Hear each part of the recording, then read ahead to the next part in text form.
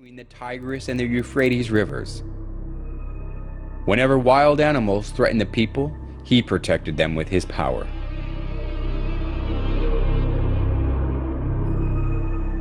As people respected and supported him, Nimrod became arrogant and incited people to build the Tower of Babel.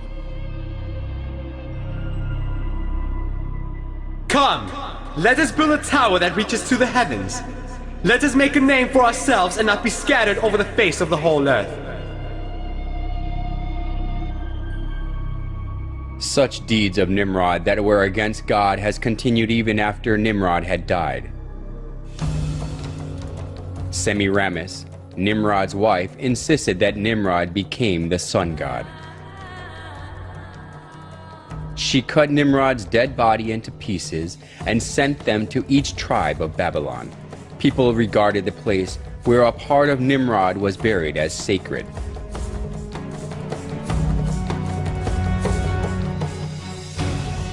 She also claimed that Nimrod was reincarnated as her son. The sun god Nimrod was reincarnated as my son Tammuz. He who believes and follows Tammuz follows Nimrod. As Semiramis ruled over Babylon in place of her young son Tammuz, she maneuvered people into worshiping her. Monuments of Semiramis carrying her child Tammuz in her arms were set up all over Babylon, along with various images symbolizing the sun god. The sun worship and the mother-child worship, which was a scheme devised by Semiramis, put down roots as a religion of Babylon.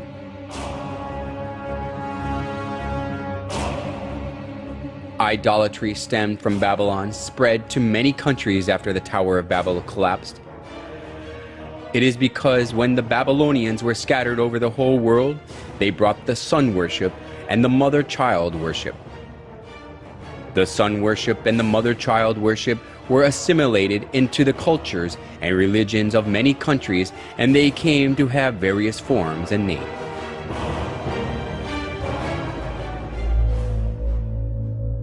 Nimrod, the sun god, was known as Mithra in Persia, Sol in Rome, Ra or Horus in Egypt, and Apollo in Greece.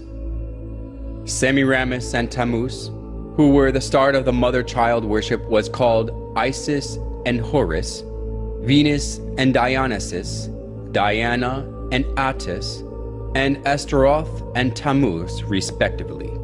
Besides these, the image of goddess, who is holding a baby in her arms, was venerated in many countries of the world. If so, was the mother-child worship the creature of an age, which was especially welcomed only in Babylon?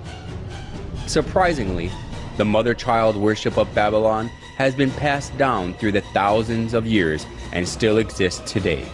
In Vatican of Rome, we can find the mother-child worship in its original state.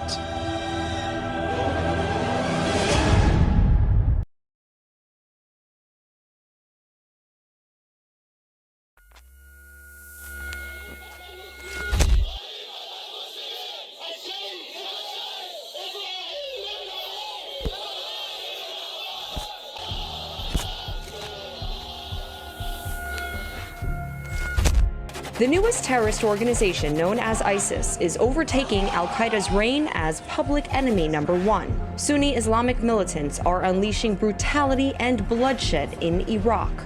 This is ISIS, the Islamic State of Iraq and Syria, driving toward Baghdad. The jihadist group so extreme, even al-Qaeda wants nothing to do with them. We're in a pretty scary place if al-Qaeda is disavowing people for their violence. Iraq on the verge of total collapse as terrorists capture city after city. They're a Sunni Muslim jihadist group formed a year ago and pledging to create an Islamic State across Iraq, Syria and neighboring countries. They have strongholds in significant parts of northern Syria too, including Azaz, Raqqa and Abu Kamal. They took Fallujah 5 months ago. Now they have Mosul and appear to have taken the city of Tikrit as well.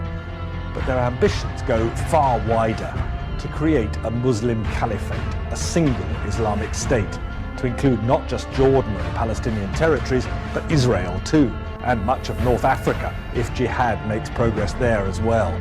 All this is now ringing alarm bells among world leaders.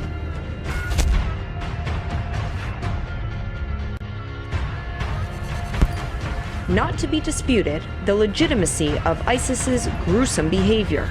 Violence so horrific.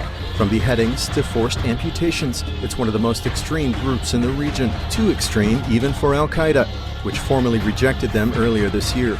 The 12th Imam, they believe, will eventually come back in the last days. It's just growing problems.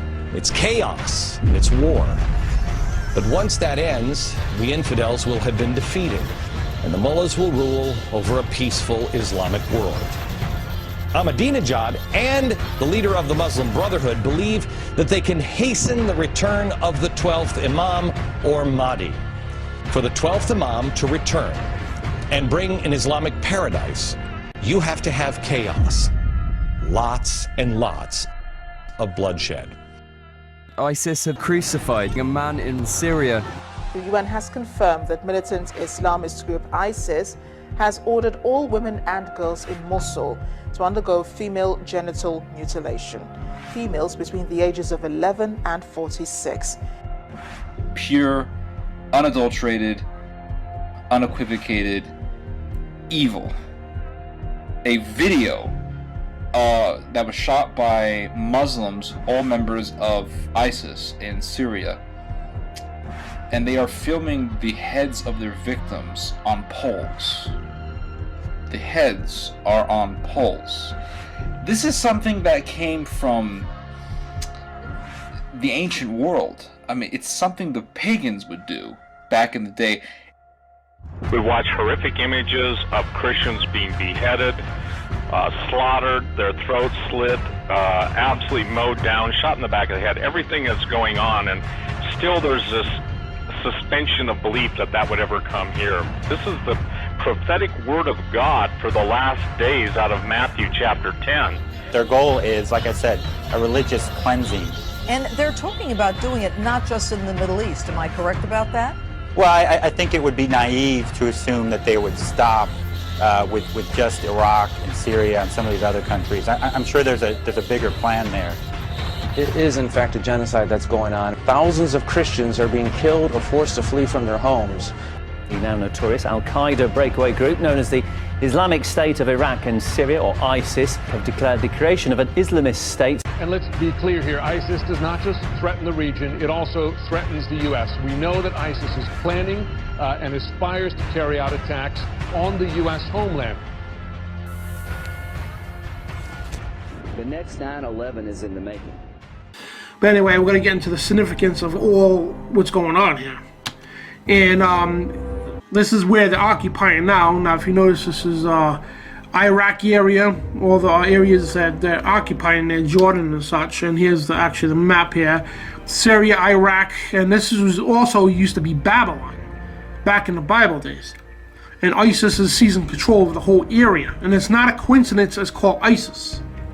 Yeah, people say, oh, it's just an acronym for Islamic State of Iraq and Syria. No, it goes beyond that, folks.